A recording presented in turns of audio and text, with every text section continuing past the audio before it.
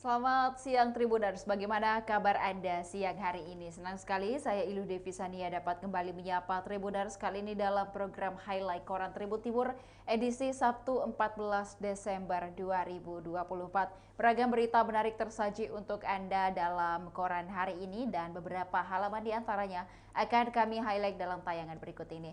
Tribuners, kita awali dengan halaman utama Koran Tribun Timur dengan judul Jalan Penghubung Bastem Utara hingga Palopo tertutup total. 19 warga Bastem dievakuasi akibat longsor. Sungai Bua meluap, perkebunan warga terendam banjir. Selain kota Palopo, Kabupaten Luwu juga dilanda banjir pada Kamis kemarin.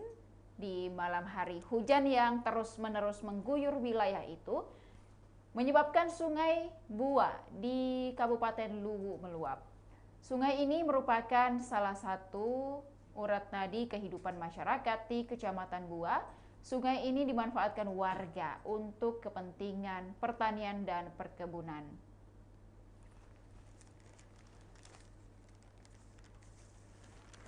Berdasarkan pantauan dari tim Tribun Timur, banjir merendam desa Pabareseng. Kemudian juga Tribuners, Jembatan Cakalang, Kelurahan Surutanga, dan Kecamatan Warak Timur. Air sungai yang merupakan aliran DAS Latupa itu membawa banyak sampah dan kayu besar. Kayu besar serta sampah itu kemudian tersangkut di bawah jembatan Salot Telue dan menyebabkan air meluap hingga ke badan jembatan. Personel BPBD Palopo dan masyarakat kemudian bergotong royong membersihkan sampah serta kayu besar di jembatan Cakalang pada Kamis 12 Desember malam. Kepala Pelaksanaan BPBD Palopo Burhanuddin mengatakan luapan air merendam pemukiman warga hingga malam hari. Kemudian pemerintah kota Palopo berharap agar Palopo tidak diguyur hujan lebat lagi, karena hal itu akan menyebabkan Palopo kembali dilanda banjir seperti yang terjadi pada Kamis 12 Desember lalu. Banjir yang terjadi 2 hari lalu menyebabkan 4 kecamatan terendam banjir. Dilaporkan tidak ada korban jiwa dan luka-luka.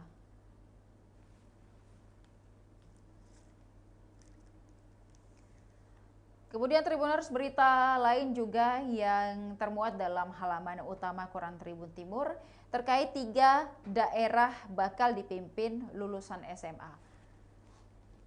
Pilkada Sulsel 2024 melahirkan calon kepala daerah memiliki latar belakang berpendidikan SMA. Mereka disebut berpotensi menghadapi kesulitan menjalankan pemerintahan. Setidaknya ada 3 calon kepala daerah terpilih di Sulsel yang memiliki latar belakang pendidikan SMA. Mereka adalah calon kepala daerah Kabupaten Bulukumba, Selayar, dan Enreka. Dari ketiga calon kepala daerah ini, Muhtar Ali Yusuf, petahana Bupati Bulukumba, akan menduduki kembali jabatan sebagai bupati. Sementara itu, Kepulauan Selayar dan Enrekang akan memiliki bupati baru, yakni Natsir Ali dan Muhammad Yusuf R. Kemudian, menurut analis politik Universitas Hasanuddin,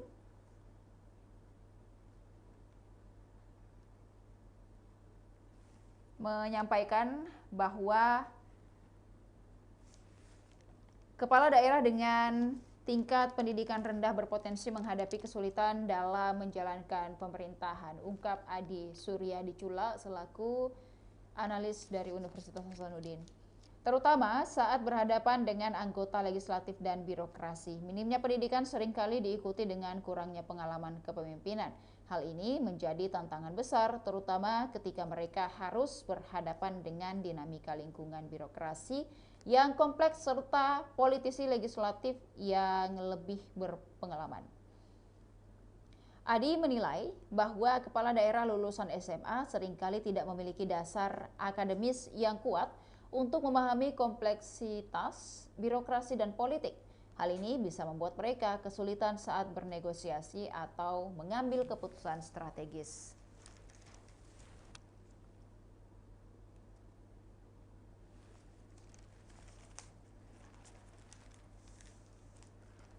Kemudian Tribuners, dari halaman utama kita beralih ke halaman 6 Koran Tribun Timur edisi hari ini. Dengan highlight berita, sah UMK Makassar 2025 akan meningkat menjadi 3,8 juta rupiah. Kemudian UMSK Makassar juga akan naik. Dewan Pengupahan Kota Makassar telah menyetujui upah minimum Kota Makassar atau UMK dengan angka atau di angka 3,880.136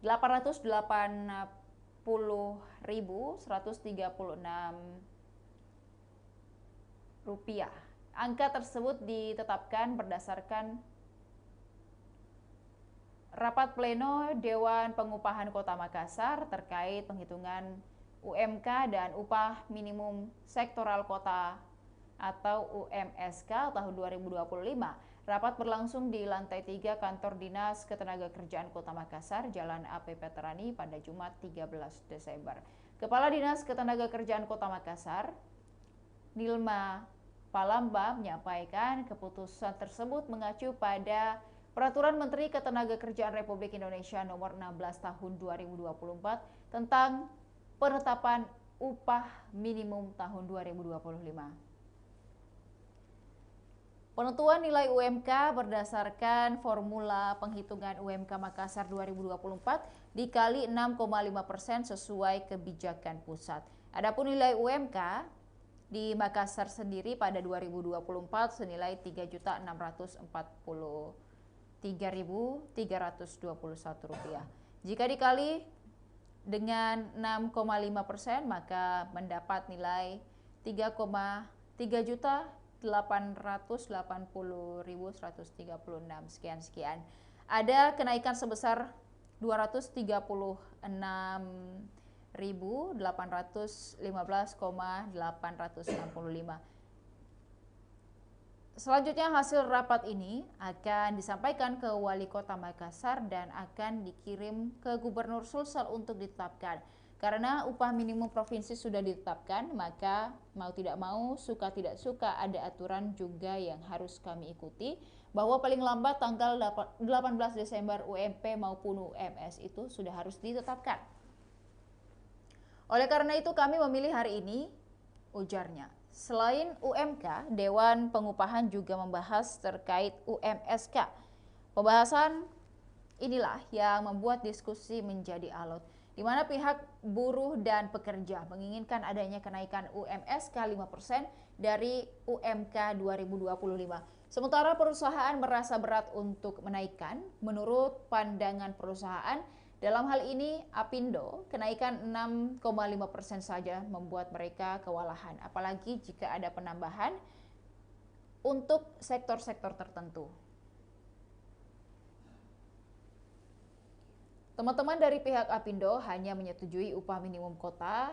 Mereka tidak memberi pendapat atau absen terkait dengan upah minimum sektoral dengan pertimbangan bahwa upah minimum kota saja sudah 6,5% itu sudah cukup memberatkan, jelas Nilma.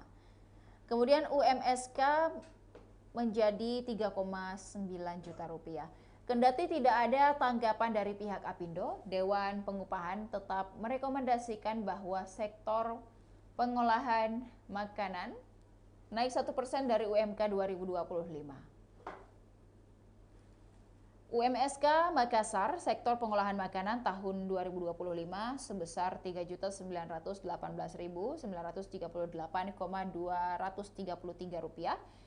Ada kenaikan dari Rp38.801,368 dari UMK 2025 menjadi Rp3.880.136,865. UMSK sektor pengolahan makanan ini dikecualikan untuk usaha mikro dan menengah, tegasnya. Kedua sektor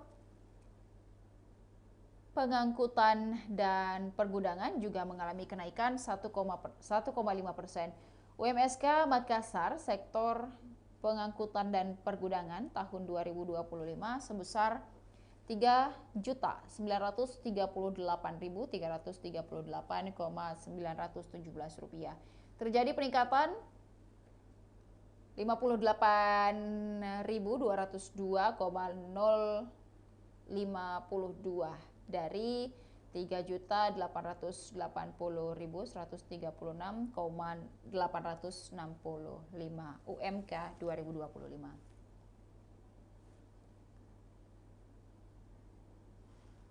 Kemudian Tribuners juga dapat melihat infografis terkait UMK Makassar 10 tahun terakhir, yang diawali di tahun 2015 hanya berkisar 2 juta rupiah, lebih 75.000 rupiah, kemudian berangsur-angsur naik setiap tahunnya hingga pada tahun 2025 mendatang akan naik menjadi 3.880.136 sekian rupiah.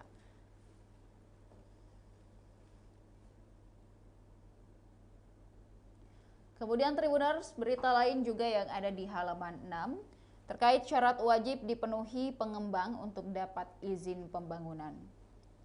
Pengembang perumahan diharapkan memiliki pengetahuan detail terkait kelengkapan administrasi sebelum mengajukan izin permohonan pembangunan dan permohonan site plan. Hal tersebut disampaikan Kepala Bidang Perumahan Dinas Perumahan dan Kawasan Pemukiman atau Disperkim Kota Makassar, Nurhak Alamsyah dalam program Bincang Kota Tribun Timur. Doni, sapaan akrab Nurhak, menyampaikan pengajuan izin pembangunan perumahan dilakukan menggunakan sistem persetujuan bangunan gedung. Beberapa kelengkapan administrasi yang harus dipenuhi antara lain KTP, nomor induk berusaha, kemudian tanda daftar perusahaan, NPWP, rekomendasi rencana umum tata ruang dan wilayah atau RT/RW, kemudian hingga izin pemanfaatan lahan.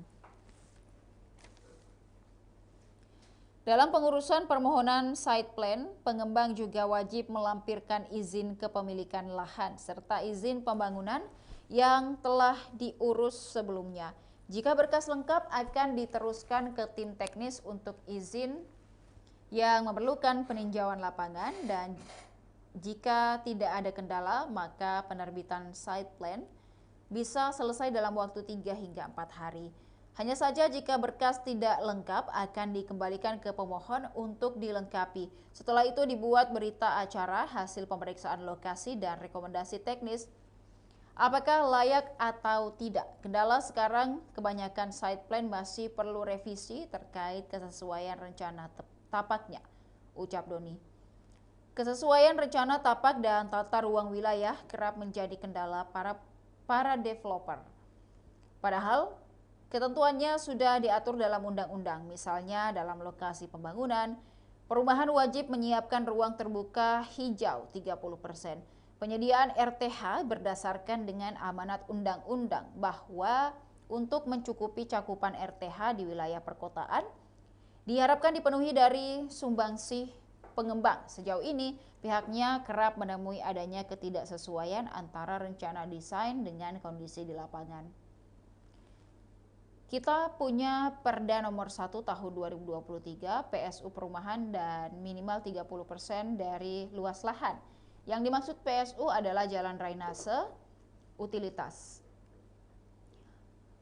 Itu yang biasanya tidak cukup rasionya, ungkapnya.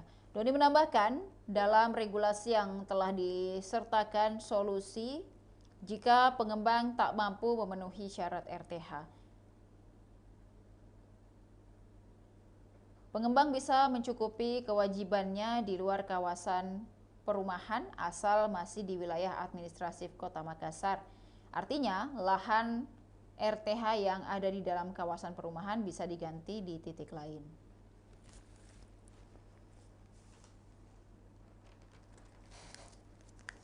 Kemudian Tribuners, dari halaman 6 kita beralih ke halaman 8 koran Tribun Timur edisi hari ini dengan rubrik Tribun Politik.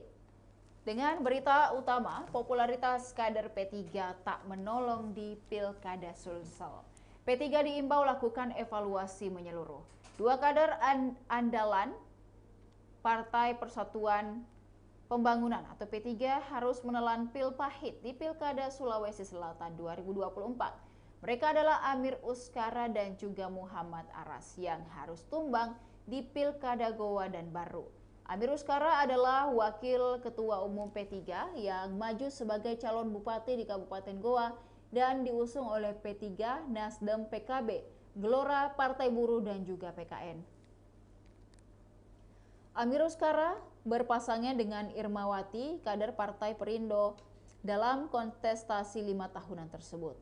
Namun, Amir Uskara harus menerima kekalahan dari pasangan Hasrullah Talendrang dan juga Darmawang Syamuin yang mendapatkan jumlah suara sebanyak 53,61% di Goa.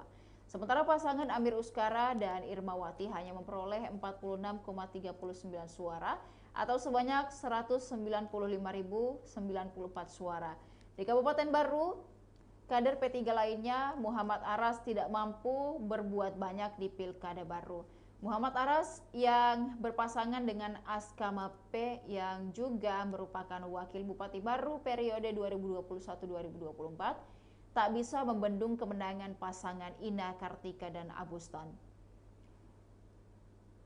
Selain kedua pasangan tersebut, Pilkada Baru juga diikuti Ulfa Nurul Huda dan Mudasir Hasrigani. Muhammad Aras harus kalah dalam persaingan dan hanya mendapatkan jumlah suara terbanyak ketiga dengan total 25.427 atau sebesar 23,87% saja. Sementara itu Ina Kartika dan Abustan keluar sebagai perolehan suara terbanyak sebesar 44,85%. Kekalahan Muhammad Aras menjadi salah satu kejutan di Pilkada Baru, mengingat popularitas dan rekam jejaknya yang cukup dikenal di kalangan masyarakat. Masih ada waktu 5 tahun ke depan untuk membangun kembali kepercayaan publik dan kekuatan partai. Ini dikatakan oleh pengamat politik Universitas Hasanuddin, Prof. Sukri Tama.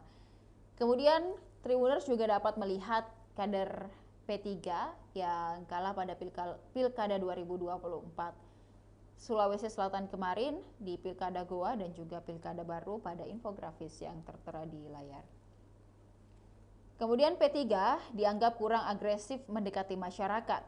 Kekalahan P3 di Pilkada Sulsel 2024 mengindikasikan adanya tantangan besar yang dihadapi partai berlambang Ka'bah tersebut. Pengamat politik Universitas Hasanuddin, Prof. Sukri Tama mengatakan P3 harus segera melakukan pembenahan secara menyeluruh. Ia menilai meskipun P3 memiliki tokoh-tokoh yang berkualitas, strategi partai dalam mendekati masyarakat terbilang kurang agresif. P3 tidak berhasil mengunci realitas pemilih dan loyalitas pendukungnya.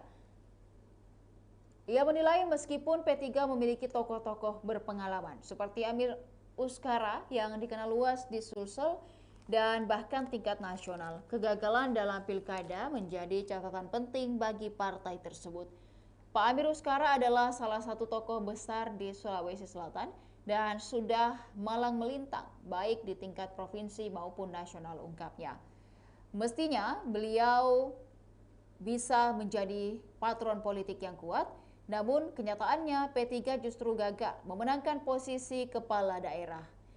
Sebagai partai lama, P3 seharusnya sudah memiliki basis pemilih tradisional yang loyal.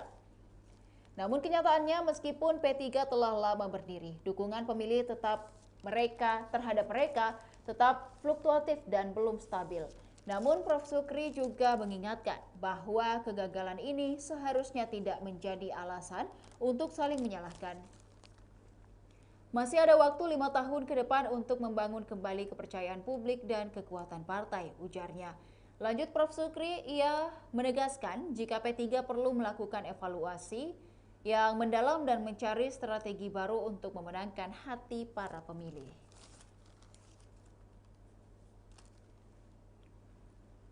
Kemudian Tribuners, Golkar Sulsel dorong kader kawal kebijakan Prabowo Gibran. Ketua DPD 1 Partai Golkar Sulsel, Taufan Pawe, memberikan instruksi kepada seluruh kader Golkar Sulsel untuk aktif mengawal kebijakan pemerintahan Presiden Prabowo Subianto dan Wakil Presiden Gibran Rakabuming Raka. Instruksi ini berlaku untuk kader Golkar yang terpilih jadi kepala daerah maupun anggota legislatif. Hal ini ia sampaikan usai hadiri perayaan puncak hari ulang tahun ke-60 Partai Golkar di Sentul International Convention Center di Bogor pada Kamis 12 Desember. Menurut Taufan Pawe, Partai Golkar memiliki peran strategis dalam mendukung visi Indonesia Maju. Ia menyerukan sinergi antara kader Golkar di tingkat nasional, provinsi hingga kabupaten kota. Hal ini guna memastikan kebijakan pemerintah berjalan sesuai dengan kebutuhan masyarakat. Tentunya sebagai Ketua Golkar Sulsel ia meminta seluruh kader baik dari DPRD provinsi maupun kabupaten kota dan kepala daerah untuk bersama-sama mengawal kebijakan pemerintah Bapak Presiden Prabowo Subianto. Sebab ini adalah bentuk dukungan konkret Golkar menuju kesejahteraan rakyat. Anggota Komisi 2 DPR RI dari fraksi Golkar itu menegaskan komitmennya dalam memperjuangkan kebijakan yang pro rakyat. Ia juga berpesan agar kader Golkar di Sulsel menjadi garda terdepan dalam menyampaikan aspirasi masyarakat kepada pemerintah pusat. Kebijakan Presiden dan Wakil Presiden tentu selaras dengan kebutuhan masyarakat, ungkapnya. Disinilah lanjut Taufan Pawe, peran kader Golkar menjadi sangat penting untuk menjembatani aspirasi rakyat dengan pemerintah. Taufan Pawe mengapresiasi dukungan kader Golkar Sulsel yang tetap solid dalam dukung pemerintahan Prabowo Gibran. Ia optimis bahwa dengan sinergi dan kolaborasi yang kuat, tujuan bersama untuk mencapai Indonesia Maju dapat terwujud. Golkar selalu menjadi partai yang konsisten dalam memberikan kontribusi nyata bagi pemerintahan.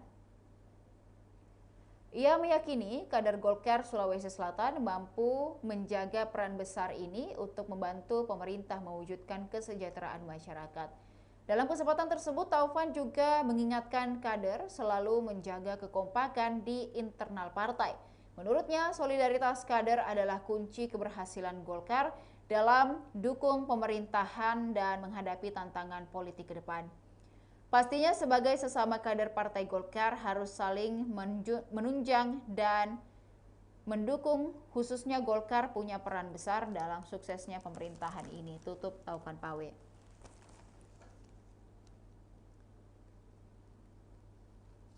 Kemudian Tribuners, berita lain dari Takalar. Tim hukum Syamsyari Nojeng tuding Haji Bur berbohong.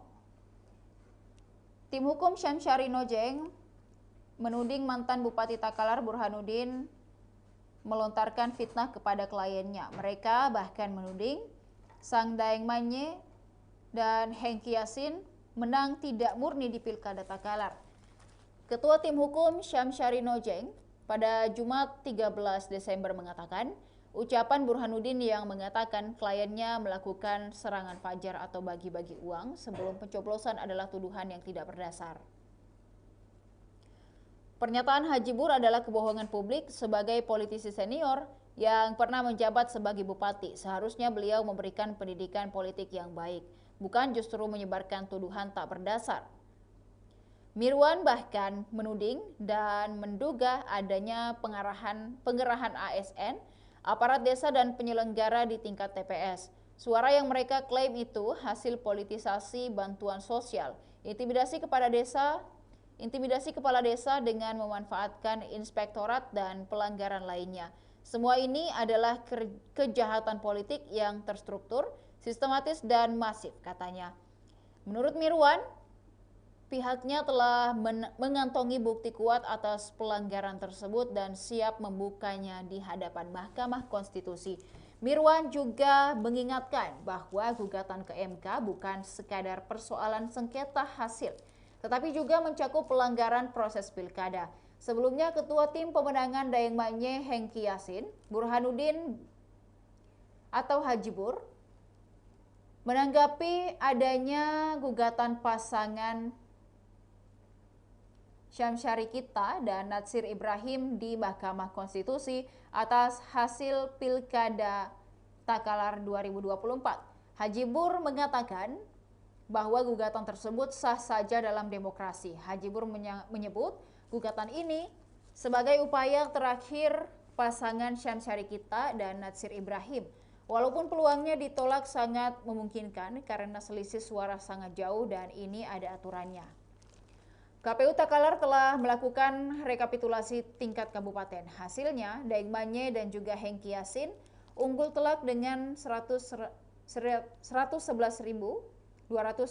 suara atas Syam Syarikita dan Natsir Ibrahim yang dapat 45.977 suara.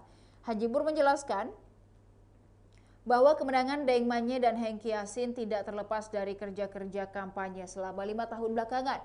Kerja keras DMHY selama 5 tahun bekerja mengunjungi rakyat, katanya.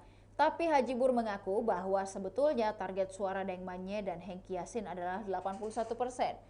Tapi karena adanya serangan fajar dari kubu sebelah sehingga kita hanya bisa capai 71% saja, kata Haji Bur. Haji Bur kemudian menegaskan bahwa kemenangan Daeng Manye dan juga Hengki Yasin adalah murni suara rakyat. Pencapaian 71% kemenangan DMHY adalah kemenangan tertinggi dari seluruh pilkada di Sulsel, tambahnya. Kemudian berita terakhir dari halaman 8 ini Tribuners terkait dana kampanye 699 juta rupiah. Frederick dan Andreu raih 52,20% suara. Pasangan calon bupati dan wakil bupati Toraja Utara Yohanes Basang dan juga Martin Rante tercatat mengeluarkan biaya kampanye sebesar 500 juta rupiah. Sementara pesaingnya Frederick Victor Palimbong dan juga Andreu Branch mengeluarkan 699.928.000 rupiah untuk biaya kampanye. Hasil audit ini diumumkan oleh Komisi Pemilihan Umum Toraja Utara. Pengumuman ini merupakan salah satu tahapan yang harus dilalui setelah proses rekapitulasi penghitungan suara Pilkada serentak 2024. Dari hasil audit tersebut disebutkan pasangan nomor urut 1 Yohanes Basang Martin sebelumnya mendapat dana untuk kampanye sebesar 500.173.160,72 rupiah. Setelah melakukan kampanye, pasangan ini mengklaim menyisakan uang 173.000 di rekening kampanye dan menggunakan 500 juta untuk kampanye. Sedangkan paslon nomor urut 2, Frederick Victor Palimbong dan juga Andreu Branch Silambi mendapatkan dana kampanye sebesar 700 juta rupiah. Pasangan ini menggunakan dana kampanye sebesar 699.928.000 rupiah, menyisakan 72.000 di rekening. Komisioner KPU Toraja Utara Divisi Teknis Samuel Rianto Tapi mengatakan bahwa jumlah nominal pemasukan dan pengeluaran tersebut sudah diaudit.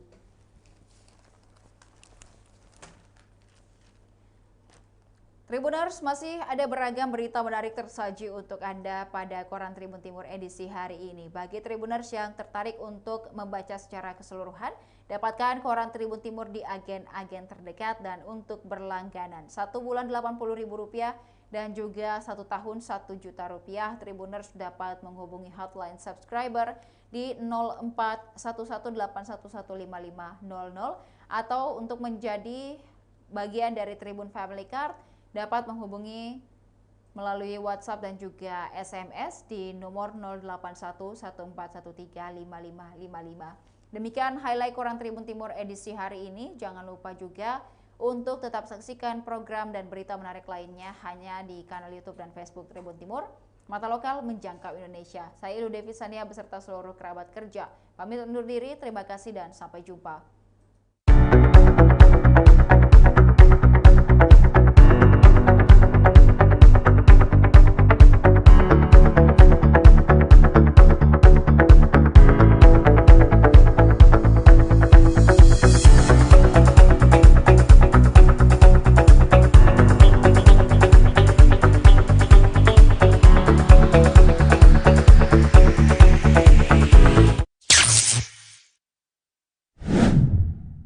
Download Tribun X sekarang, menghadirkan lokal menjadi Indonesia.